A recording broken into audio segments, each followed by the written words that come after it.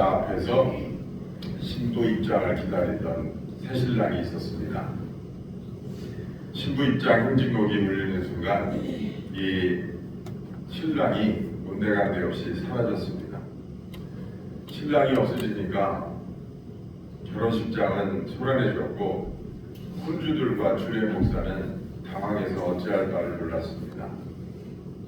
1시간쯤 지나서 이 신랑이 가쁜 숨을 몰아쉬면서 나타났습니다. 옷은 땀으로 흥건히 젖어 있었고 얼굴과 예복에는 검댕이 칠이 잔뜩 묻어 있었습니다. 숨을 몰아쉬면서 목사님 죄송합니다. 주례를 계속해 주십시오. 목사님이 아니 도대체 어딜 갔다 온 건가? 예, 사실 저는 소방관입니다.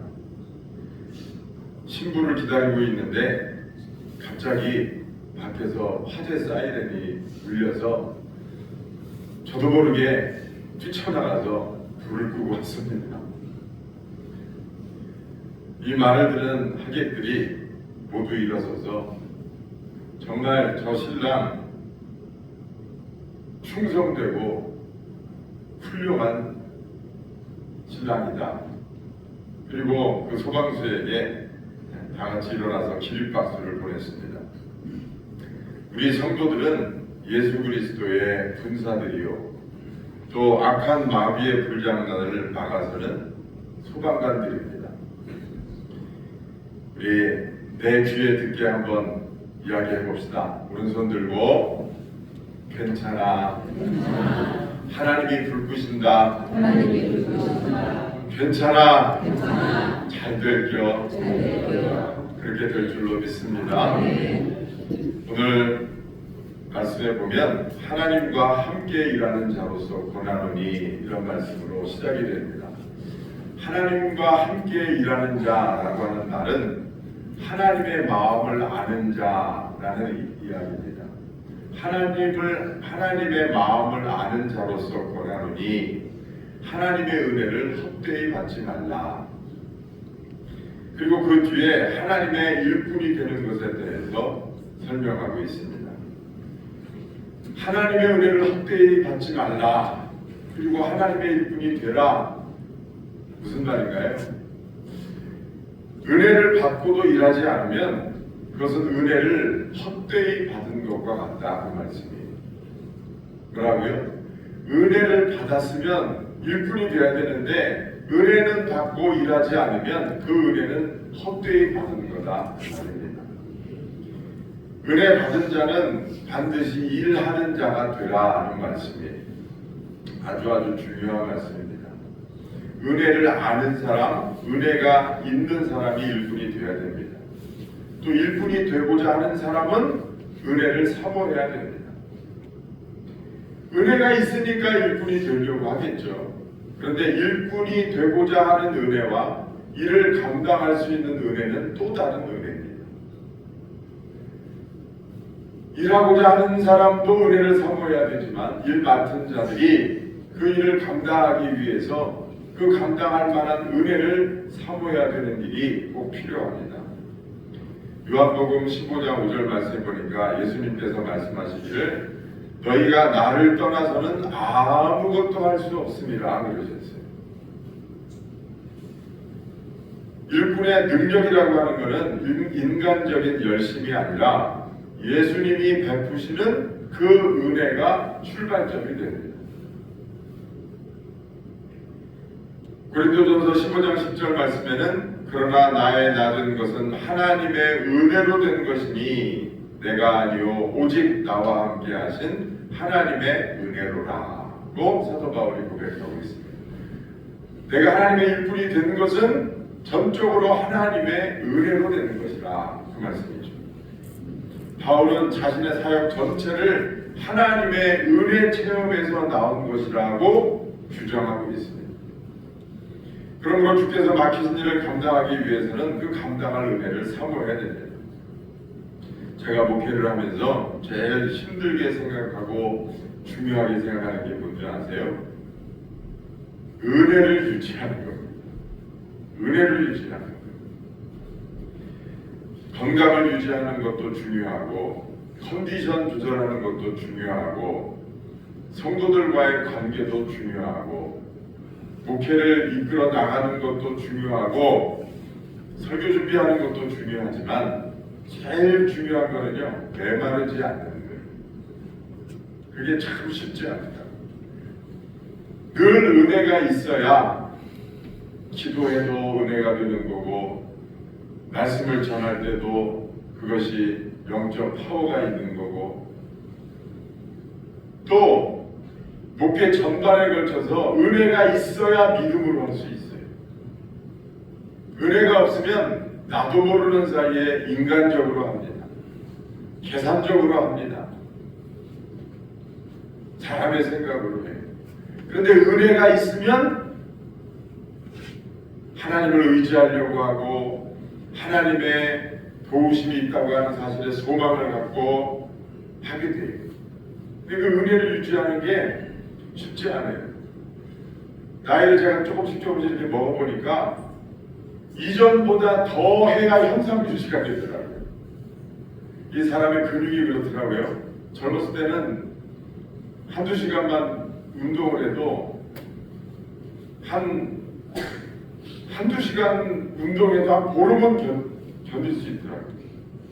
근데 근육이 빠지는 속도가 나이 들면서 점점 빨라져요. 가속도가 붙더라고요. 그러니까 매일 운동하지 않으면 근육을 유지하기가 어렵고 지금은요 매일 운동해도 빠져요. 매일 운동해도 빠져요. 은혜도 똑같은 것 같아요. 그래서 제 목표가 있어요. 그게 뭐냐면 나이 들면서 은혜가 점점 더 깊어지는 게 제 마음의 소원이에요. 나이 들면서 은혜가 점점 더 깊어진다. 가능할까요? 가능합니까? 인생의 선배 되신 여러분 대답 좀 해주세요. 나이 들면서 은혜가 더 깊어지는 게 가능합니까? 그렇다고 하시니 소망이 생깁니다. 성경에도 분명히 말씀하시기를 우리가 겉사람은 후패할지라도 속사람은 날로 새로워지는도다 그랬어요. 하나님, 제가 나이 들어가면서 은혜가 더 깊어지고 제가 나이 들어가면서 더 하나님의 일을 잘할 수 있게 해주옵소서. 그렇게 기도하시는 여러분 되시기를 이름으로 축원합니다. 제가 나이 들면서 하나님의 일을 더 잘할 수 있을까요? 여러분들 얘기해요. 그렇게 하실 수 있을까요? 하실 수 있어요. 일을 잘한다고 하는 거는요, 내가 더 많은 에너지를 쏟아서 더 많은 일을 하는 게 중요한 게 아니고 내가 더 큰 믿음을 가지고 하고 내가 더 큰 사랑을 가지고 하면 내가 더 큰 일을 할 수 있게 되는 거예요. 일은 내가 하는 게 아니라 어차피 하나님이 하시거든요. 하나님을 의지하는 믿음이 크고 하나님을 의지하는 기도가 더 깊어지면 여러분 내가 더 많은 하나님의 일을 하는 큰 일꾼이 될 수가 있어요. 그 은혜를 사모하시는 여러분들 되시기를 주님으로 축원합니다. 사모하지 않으면 여러분 그냥 후패하고 말아요. 그러나 우리가 은혜를 사모하고 내가 더 깊은 영적인 사람이 되어야 되겠다. 내가 더 은혜를 더 사모해야 되겠다. 이런 생각을 가지면 여러분 얼마든지 그렇게 될 수 있습니다. 또 연말이 됐습니다. 이제 각 선교에서 총회를 하고 또 당회가 있습니다. 교육회도 있습니다. 우리는 일꾼들이 바뀌는 총회가 아니니까 좀 수월하겠지만 우리가 하나님의 일을 한다는 것이 어떤 의미인지 우리가 한번 마음을 새롭게 하는 그런 시간이 되기를 축복합니다. 왜 하나님의 일을 헌신하는 것이 축복일까요? 첫째는 우리가 헌신할 때, 우리가 주의 일꾼이 될 때 우리의 신앙이 건강해지기 때문에 그렇습니다. 신앙이라고 하는 게, 신앙이라고 하는 게 뭡니까? 은혜를 고백하는 겁니다. 하나님, 저를 구원해 주셔서 감사합니다. 저에게 새 생명 주셔서 감사합니다.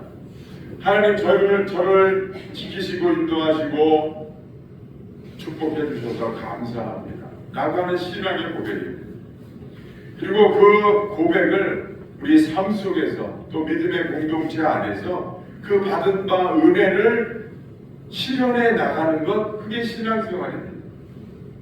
그런데 우리가 은혜 받았다고 또 복 받았다고는 하는데 그 받은 바 은혜를 우리가 풀어내지 못하면, 그것이 흘러가게 하지 못하면 이게 신앙에 어려움이 생겨요.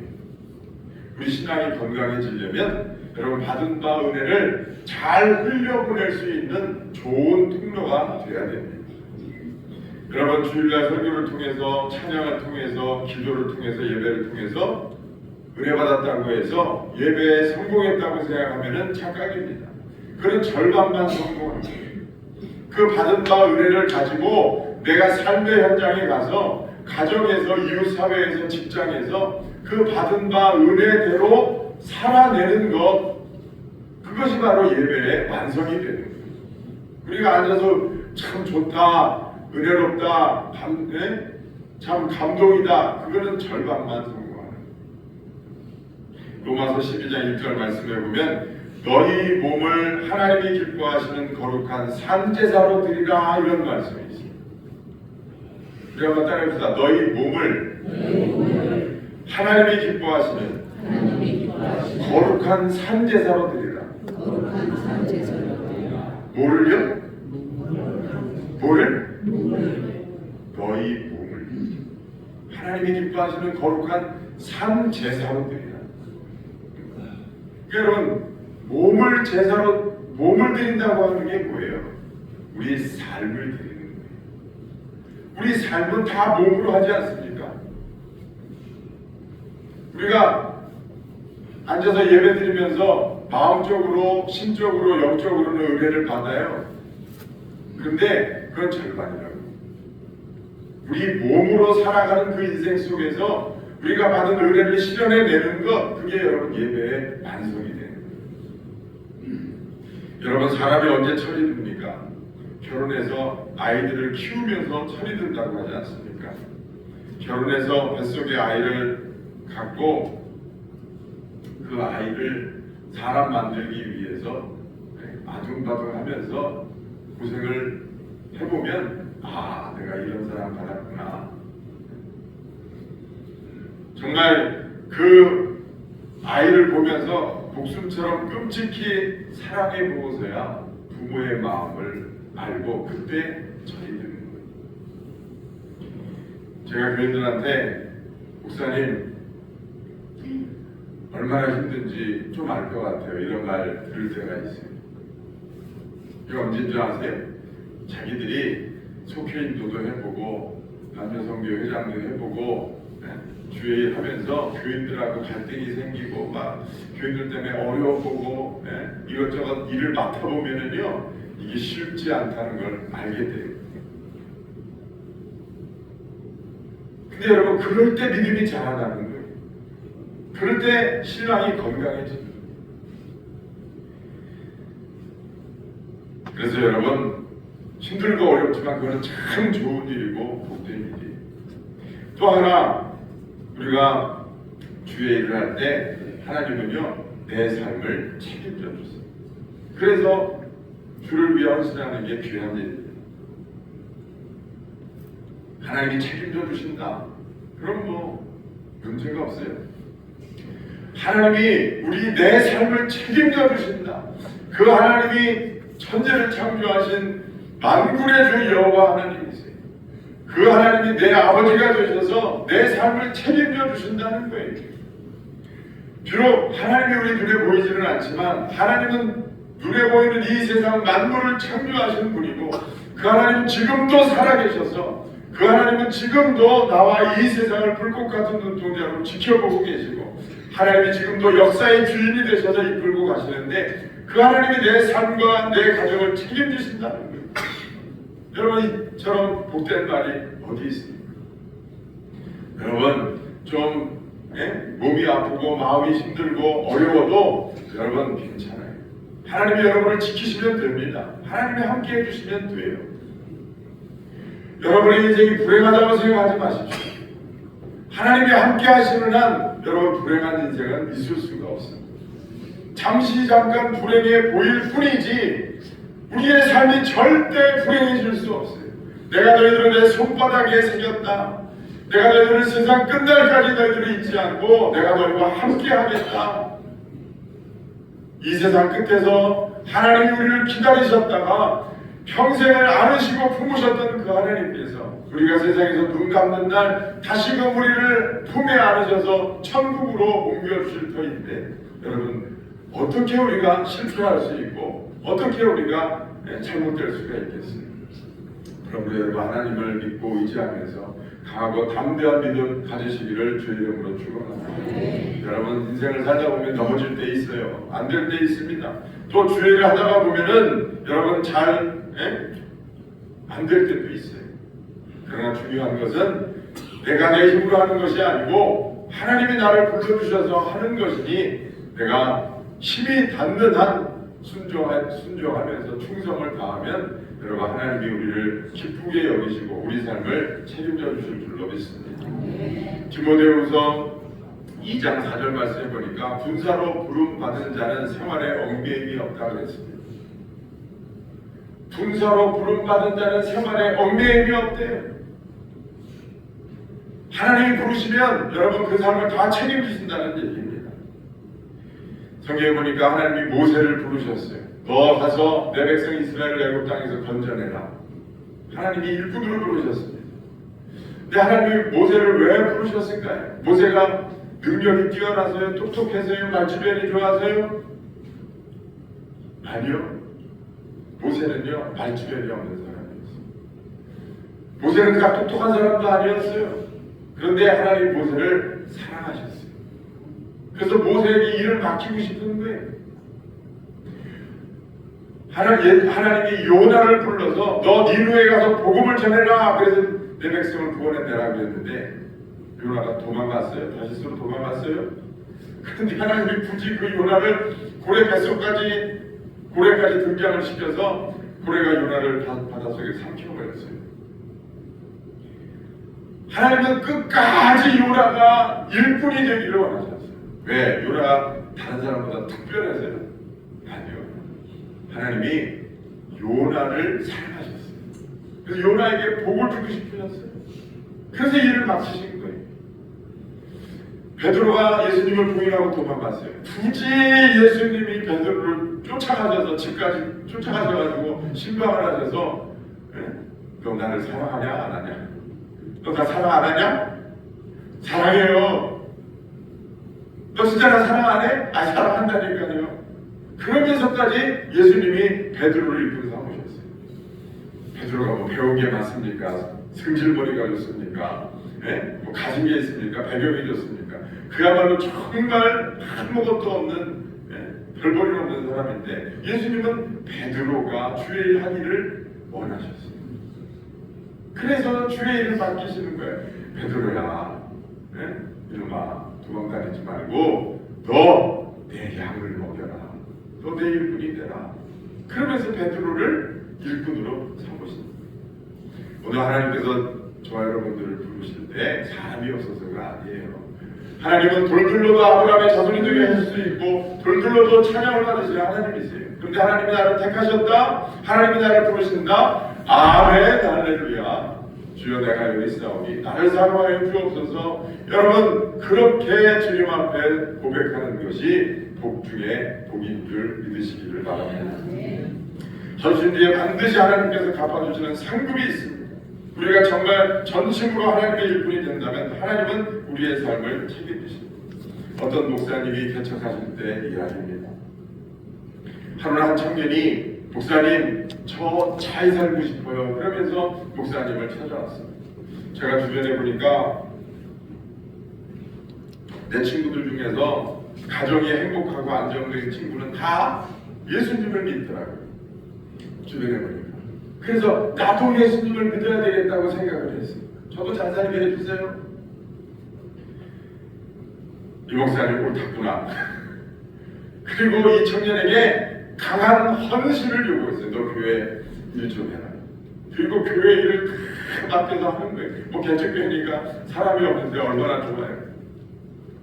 그래서 뭐 그냥 주일 무조건 주일 성수 그건 기본이고 교회에서 봉사하는데 찬양대 해라, 찬양 봉사해라, 교회 청소해라, 방송일 봐라, 이것저것 해라 막 잔뜩 일을 시켰어요. 실조 똑바로 해라. 근데 이 청년이 그 목사님 말씀을 열심히 순종했어요. 그리고 마침내 본인이 원하던 꿈을 이뤘어요. 어느 명절날 이 청년이 이제 친척들이 다 모이는 곳에 갔어요. 가가지고 가족들 앞에서 이제 자기가 이렇게 잘 됐다고 소개를 했어요.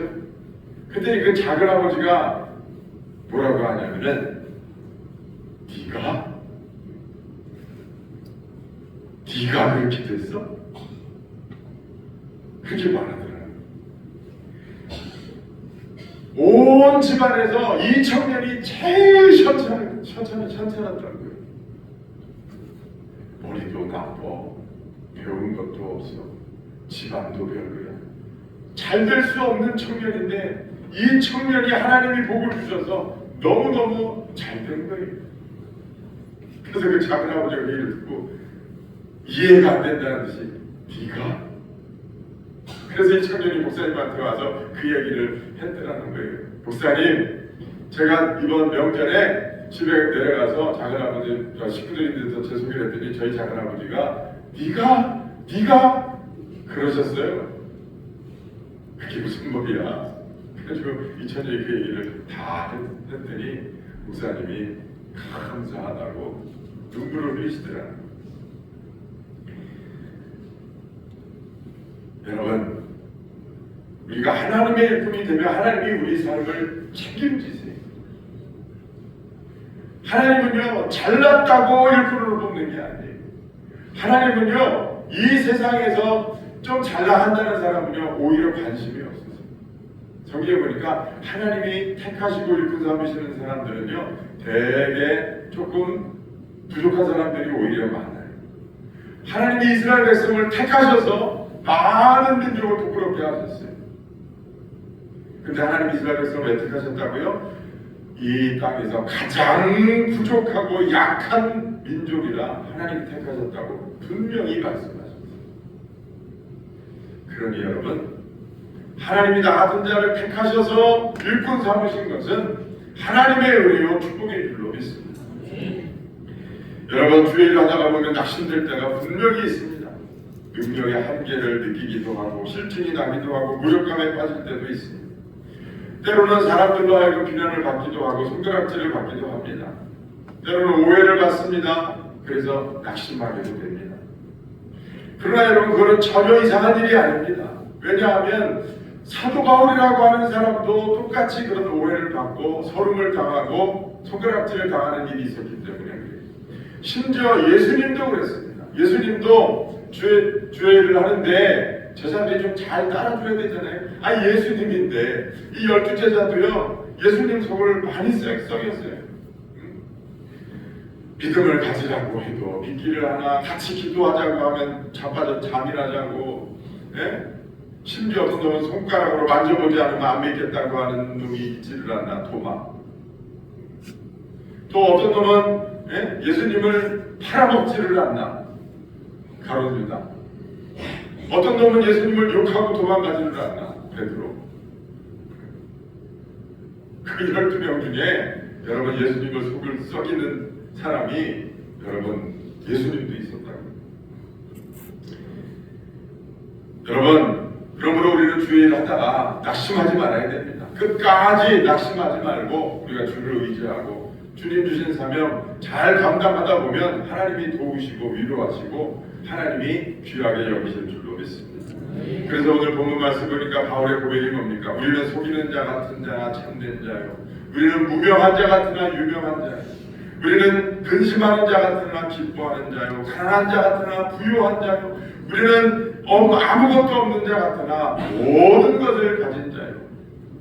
그래서 우리는 죽은 자 같으나 유일하게 살아있는 자입니다. 어떨 때는요 우리가 속이는 자 같아요. 속이는 자 같아. 저도 어떨 때는 속이는 자 같아요. 아파 죽겠다는 사람한테 봉사하세요. 헌신하세요. 네? 물질로 어려운 사람한테 11조 하세요. 11조 하세요. 마음에 큰 상처를 받고 있는 사람한테 용서하세요. 용서하세요. 어떻게 보면 속이는 자 같아요. 그러나 그것이 결국은 살리는 일인 줄도 믿습니다. 근심하는 자 같으나 기뻐하는 자예요. 세상 사람들이 볼 때 우리가 근심하는 자 같아요. 여러분 교회 안에 왜 신앙생활 안에 무슨 기쁨이 있습니까? 세상 사람들이 볼 때는요 아무 즐거움도 없어 보여요. 근심하는 자 같이 보여요. 그러나 우리 안에는 샘솟듯 피어나는 주님 주시는 은혜가 있고 소망이 넘치고 평안이 있고 주님 주시는 생명의 기쁨이 있는 줄로 믿습니다. 무명한 자 같아요. 여러분 시골에서 신앙생활 할 때 뭐 누가 알아줍니까? 누가 알아줍니까? 그러나 우리는 주님의 머릿속에 분명히 각인되어 있는 하나님의 일꾼인 줄로 믿습니다. 마지막으로 우리가 하나님의 일을 맡을 때 어떤 자세로 임해야 됩니까? 믿음으로 해야 됩니다. 뭘로 해야 된다고요? 믿음으로 해야 됩니다. 우리가 주의 일을 도모함에 있어서 아주 주의할 게 하나 있습니다.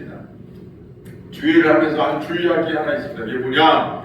성실함이 무상이 되는 거예요. 열심히만 하면 된다? 그거는 세상 이름이에요.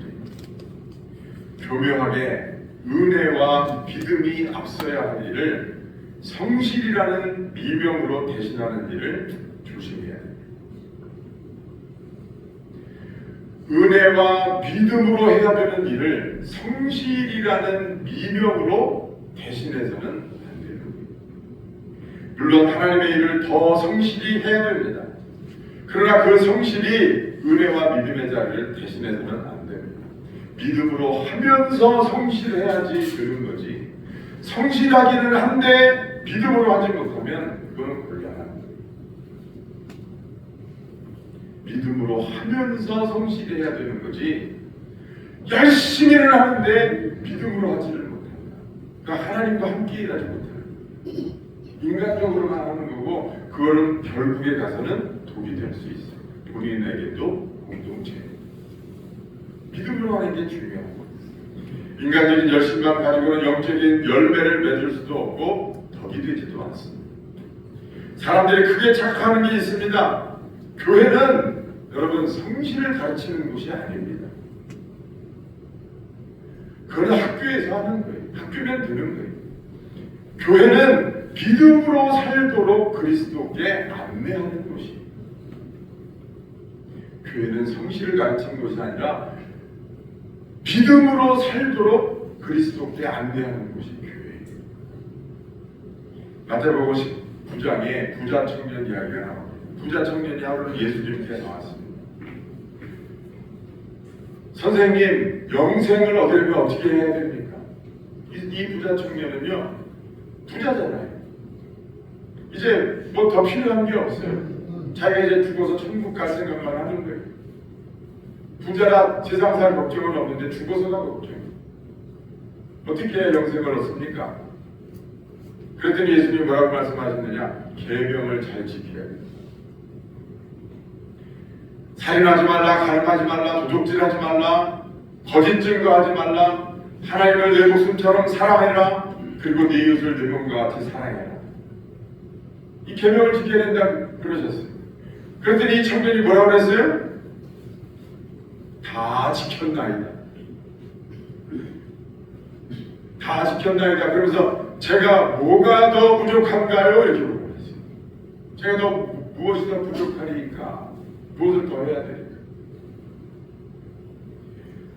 제가 그 계명을 다 지켰습니다. 네? 하나님을 사랑하라, 내 이웃을 내 몸과 같이 사랑하라, 거짓 증거하지 말라, 가늠하지 말라, 도둑질하지 말라, 사람을 다 지켰습니다. 얼마나 성실합니까? 보통 성실해가지고 이게 되는 겁니까? 근데 예수님이 뭐라고 하셨느냐? 그래? 그러면 이제는 네 소유를 팔아서 가난한 사람들에게 주고 나를 따라오거라 그러셨어요. 그랬더니 이 청년이 뭐 하면서 돌아갔어요? 근심하면서 돌아갔어요. 근심하다가 예 주님 그럴게요. 그리고 재산을 팔고 예수님을 따라갔으면 좋았어요. 근심하고 맞고 없던 길로 그리고 돌아갔어요. 여러분 잘 들어보세요. 믿음으로 한다고 하는 거는요, 믿음으로 한다고 하는 것은 내 안에 하나님의 나라를 만들어 놓고 하는 게 믿음으로 하는 거예요. 믿음으로 하지 않는 것은 내 안에 하나님의 나라가 없어요. 하나님의 나라라고 하는 게 뭐냐? 하나님이 통치하시는 나라가 하나님의 나라예요. Reign of God, 하나님의 통치.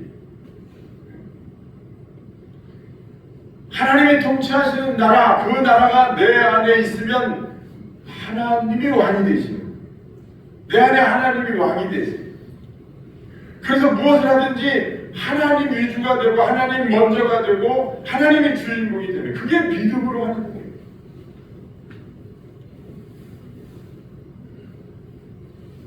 만약에 그 하나님의 나라가 이 부자 청년 안에 있었다면, 그래서 하나님이 왕이시고 하나님이 프로스트였다면 아마 예수님은 이 청년에게 네 재산을 팔으라고 이야기도 안 하셨을 거예요. 하나님이 왕이시면 돈이 있다는 것을 예수님이 싫어하시는 게 아니에요. 지금 예수님이 청년에게 도전하시는 것은 네가 진짜 섬기고 있는 주인이 무엇인지를 깨닫게 하시는 거예요. 돈 문제가 딱 들어오니까 고민하는 거예요. 자기는 정말 내 이웃을 내 몸같이 사랑하는 줄 알았어요. 만약에 그 청년이 아파서 죽을 병에 걸렸어요. 그런데 어느 용한 의원한테 가면 다 난대요. 근데 그 용한 의원은 자기 전 재산을 요구해요.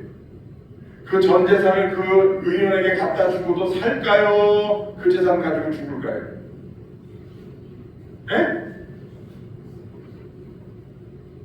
있어봐야 알지. 전 재산을 주고도 살겠죠? 그게 낫지 않아요? 그거 가지고 죽으면 뭔 소용이 있어요? 그게 아무 소용도 없는 거지. 그러니까 내 몸과 같이 사랑하라고 했으니까, 내 이웃을 내 몸과 같이 사랑하라고 했으니까 내 이웃을 위해서도 나처럼 전 재산을 줘도 아무렇지도 않게 생각할 수 있어야 되는데, 예수님이 딱 그렇게 하라고 하시니까 고민이 되는 거야. 내가 내 이웃을 내 몸과 같이 사랑하는 줄 알았는데, 그래서 내가 다 지켰는데 이렇게 말을 했는데, 생각해보니까 아니 그거 아닌 거야. 이웃보다 하나님보다 뭐가 더 우선이었다? 뭐가 더 우선이었다? 돈이 우선이었다. 그게 믿음으로 하지 못하는 거예요.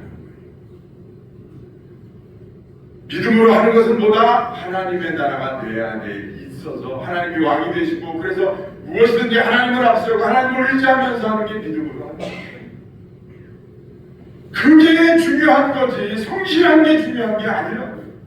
성실은 두 번째, 열심히 하는 건 두 번째예요. 내 안에 하나님의 나라가 실현되고 하나님이 왕이 되셔서 하나님과 함께하고 있느냐가 중요한 거예요. 그럴 때 열매가 되는 거예요. 그럴 때 덕이 되는 겁니다. 그럴 때 하나님의 상급이 있는 거예요. 그럴 때 기쁨으로 할 수 있습니다. 툭하면 시험 들었네, 어렵네, 못하겠네, 교회 옮기겠네. 아직도 하나님이 왕이 아니라 내가 왕이 돼서요. 여러분, 그런 시시한 일꾼이 되지 말고 진짜 하나님을 왕으로 섬기는 그런 일꾼이 다 되시기를 주의 이름으로 축원합니다. 여러분, 믿음으로 해보세요. 믿음으로 해보세요. 신기한 일이 생깁니다. 하나님께서 앞장서서 하시는 일을 보면서 감탄에 마지 않습니다. 믿음으로 해보세요. 하나님께서 위로해 주시고 대접하시고 하나님이 존귀하게 만드시는 경험을 하게 됩니다. 성실히 하지 말라는 얘기가 아닙니다. 성실하게 하되 믿음으로 하지 못하면 어렵다는 거예요. 여러분, 은혜 받으셨습니까? 그리스도의 일꾼이 되십시오. 그리스도의 일꾼이 되셨습니까? 그 그 일을 감당할 은혜를 사모하십시오. 그리고 그 일을 감당하면서 기쁨과 감사함으로 감당하고 무엇보다도 믿음으로 여러분 맡은 일을 잘 감당해서 착하고 충성된 종아 네가 정말 잘하였도다 훗날 칭찬받는 저와 여러분들 다 되시기를 주의 이름으로 축원합니다. 기도하겠습니다.